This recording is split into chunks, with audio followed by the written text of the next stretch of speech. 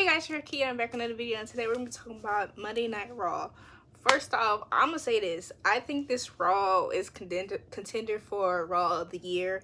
You know, aside from the WrestleMania lead up, this Raw was pretty solid, and it was a curveball because I didn't expect it to come with this heat.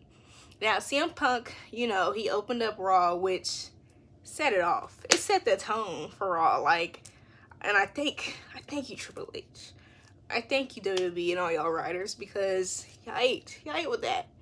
Now, CM Punk, he was setting up his shot for WrestleMania, obviously, since it is around the corner, but also because now it seemed as if he was done with everything that he needed to do, everything he wanted to do. And the fact that he brought up WrestleMania as soon as he's finished from War Games, as soon as he got that favor, I'm starting to think that Paul Heyman may have something to do with his WrestleMania season.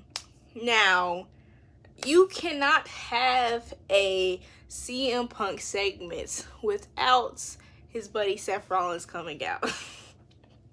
Seth Rollins is always going to come out when it's time for CM Punk to talk. And for me, it shows that he cares, and if he did not care, he would not always come out. So I think there's a thin line between love and hate when it comes to a relationship, because if he didn't care, he would not always be out there. I don't see why Seth Rollins is mad at Punk kind of for teaming up with Roman. Like, I don't know why he's so heated when, number one, you already didn't like the dude. You didn't want to help Roman. You don't like Roman, technically.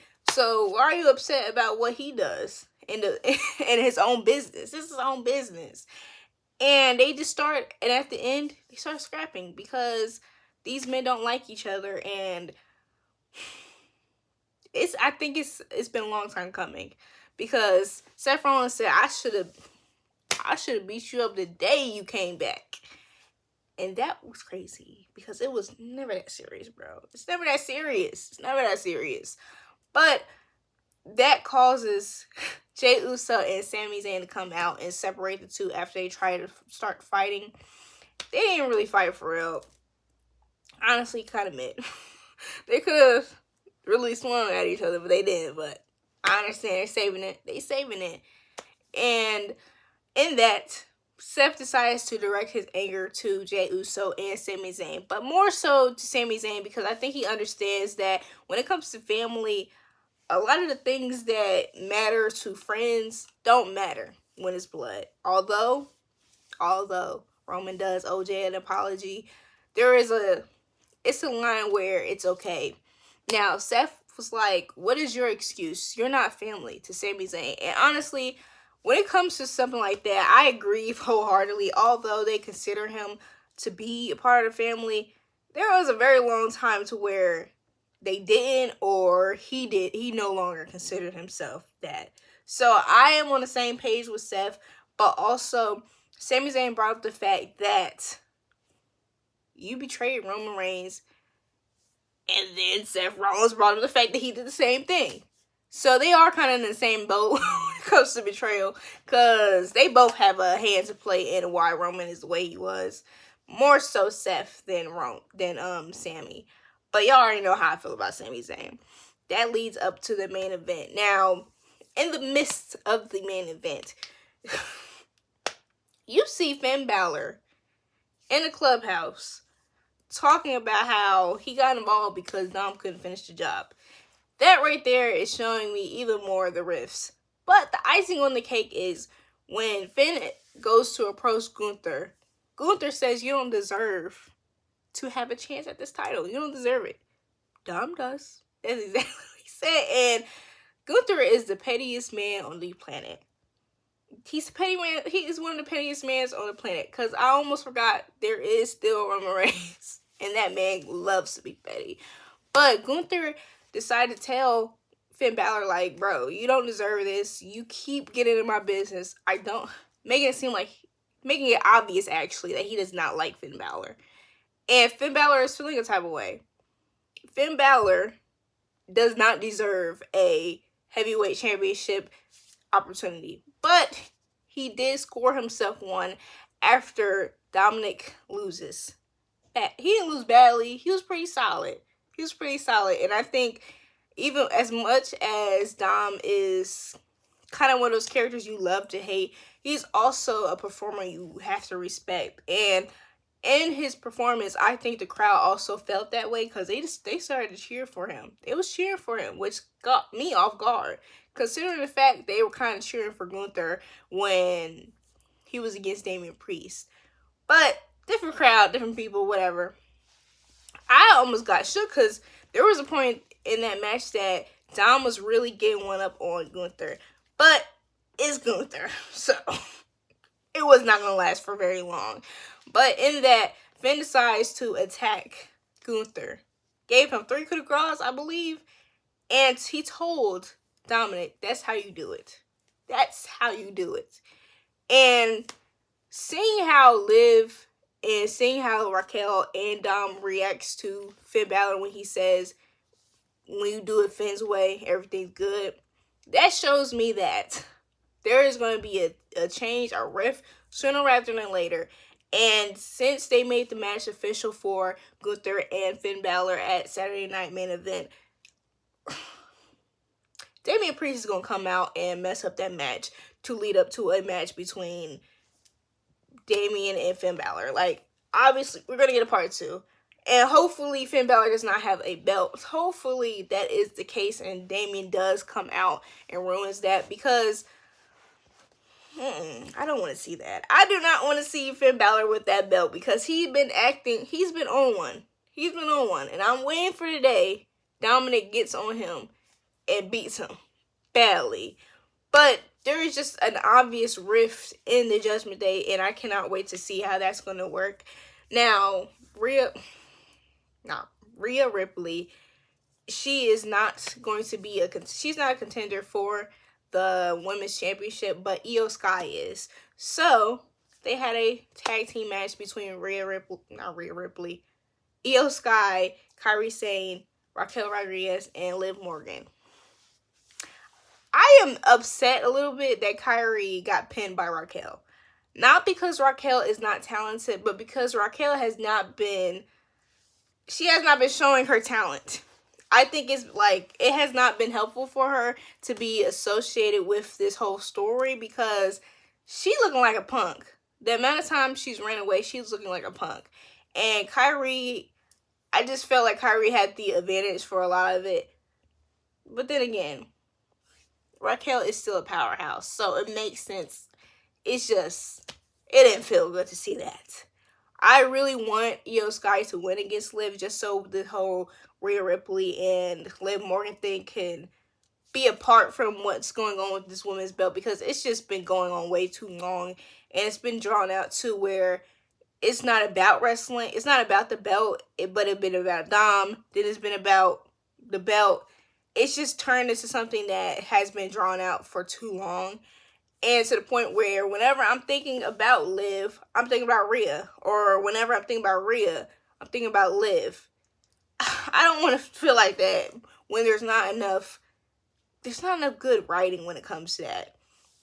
The reasonings, sure, but then they repeat themselves. And then they lie.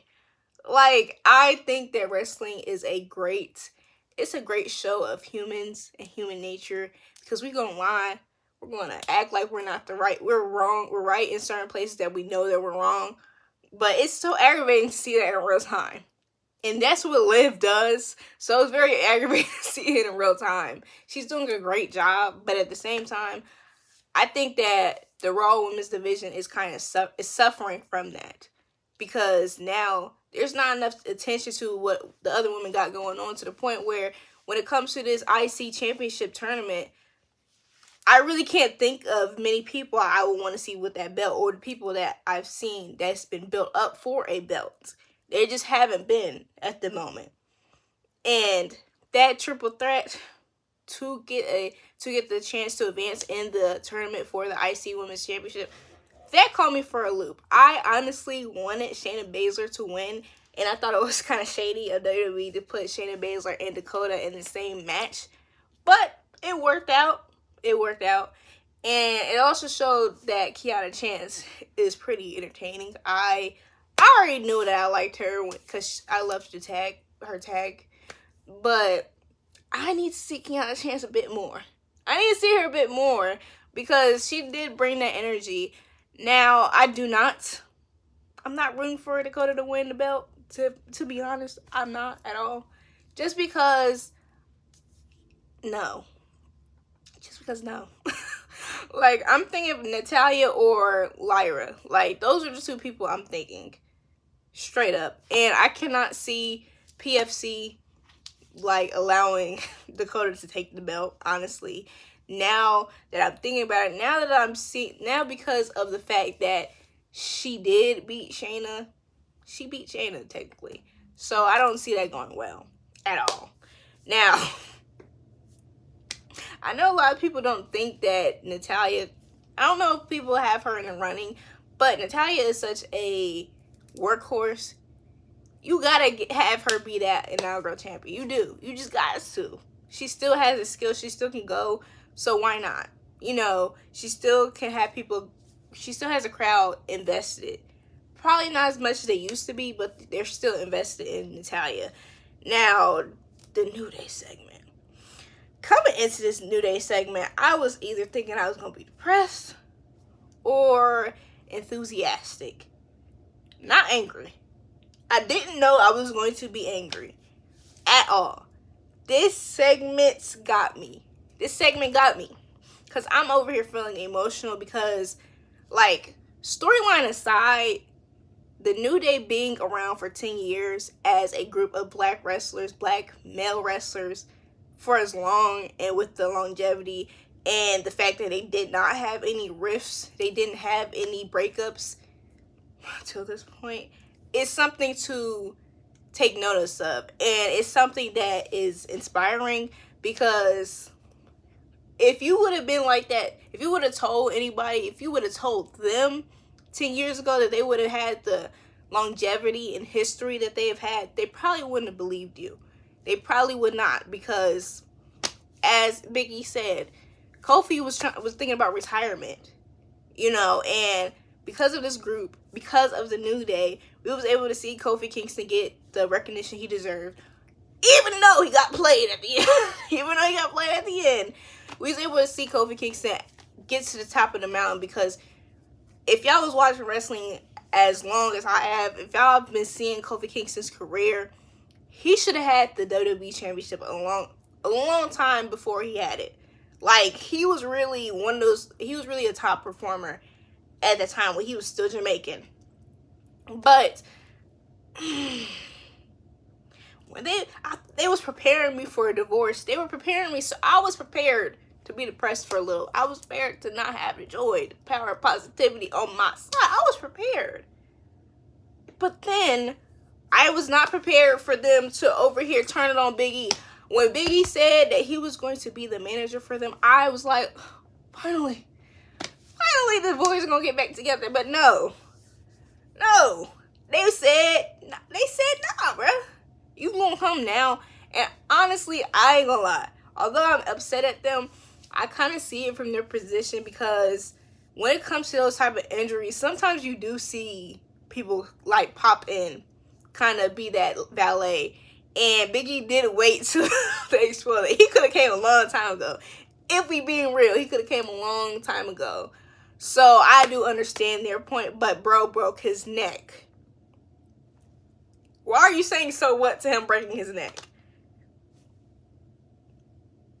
Like, am I lost here? So they are public enemy number one. I believe they're public enemy number one.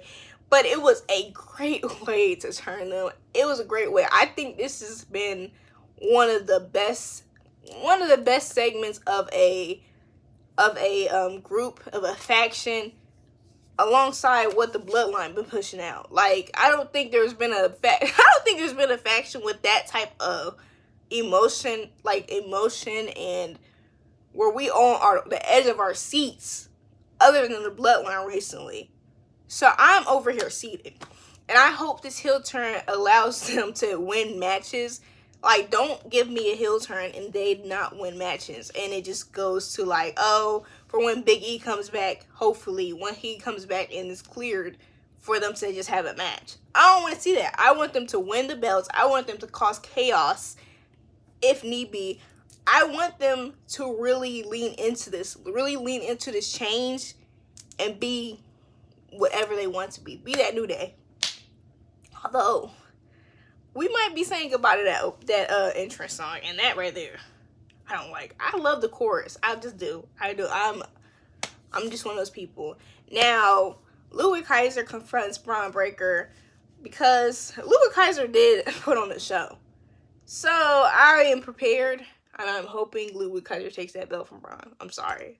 I'm not, if we're going to be honest, I'm not that connected to Braun Breaker yet. So, I wouldn't be mad if Ludwig got it so the gold can be an Imperium. Now,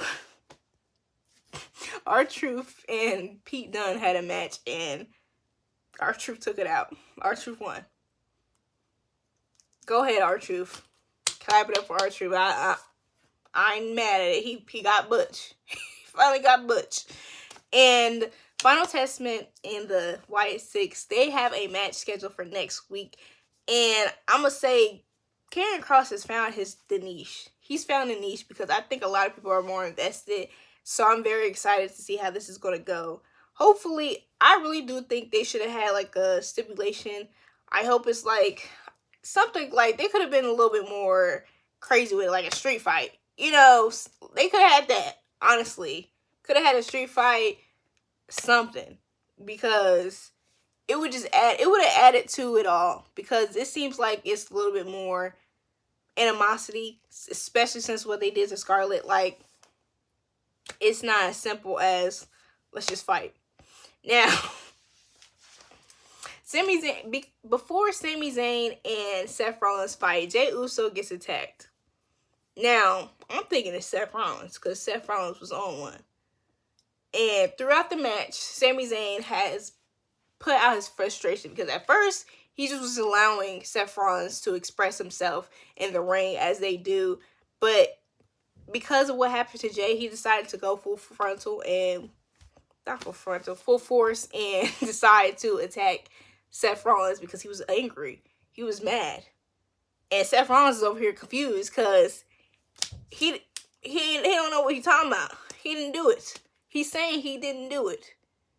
And in that whole confusion, Seth rolls him up. That's fine. That's cool. I expected Seth to get a dub. You know, me and Seth have a complicated relationship. I like Seth Rollins, but Seth Rollins be getting on my nerves. He gets on my nerves bad. But Seth Rollins, he's one of them ones. And at the end of that match, Sami Zayn gets a Claymore to the face. And I'm laughing because he just caught it straight. He caught it straight because I don't remember Sami Zayn and Drew McIntyre having recent beef. Now, Drew and Jey are two different stories because he don't like Jey. He ain't like Jey for a while, especially because Jey was helped by CM Punk to get further into the World Heavyweight Championship contenders match. So that right there makes sense, and I think it was Jey. I think it was Drew who attacked Jey. A lot of people are confused on why Drew decides to attack both of them. I don't know. Other than the fact that Drew was a victim of Roman and because the team up with CM Punk, which are very valid reasons. But I would like to add, Drew may have been on the phone with Kevin Owens. He may have been on the phone with Kevin Owens.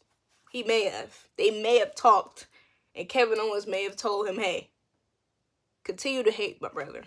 Continue to hate. That's what I'm thinking. That's how I'm feeling. And it's very interesting, and it's also pretty cool as a Roman Reigns fan to see how much his character just influences everybody around him. This man has not even been on Raw for a long time, for real. He hasn't been on the roster of Raw, yet he's dictating the story that we're going into when it comes to kind of not the main event of main storyline, but a very important storyline of Raw.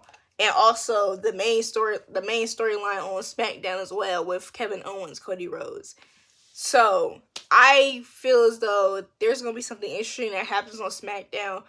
But dare I say, I don't know if Jay and Sammy getting injured by Drew. Well, Jay allegedly getting injured by Drew is something that's gonna make Roman to come to Raw. Now, not now. Like, especially, he's already been named to come on in January. But I don't know if that's enough to get Roman on Raw. I don't know. It may be. But y'all know that man. He deflects Raw as much as he can. He hates that show. So who knows? Raw was pretty solid. And honestly, I think that seeing the contenders for the IC Championship is... I really think that the women... when the draft comes, one of the women from SmackDown need to come to Raw, or Charlotte needs to go to Raw, because it's not really working out at the moment. It's not really working out, because I do understand why they have the storyline between Liv and Rhea, because it makes a lot of sense, but something gotta give. But that is my Raw takes, and I will see you guys Thursday. Thank you for watching. Please like, comment, share, and subscribe. Bye.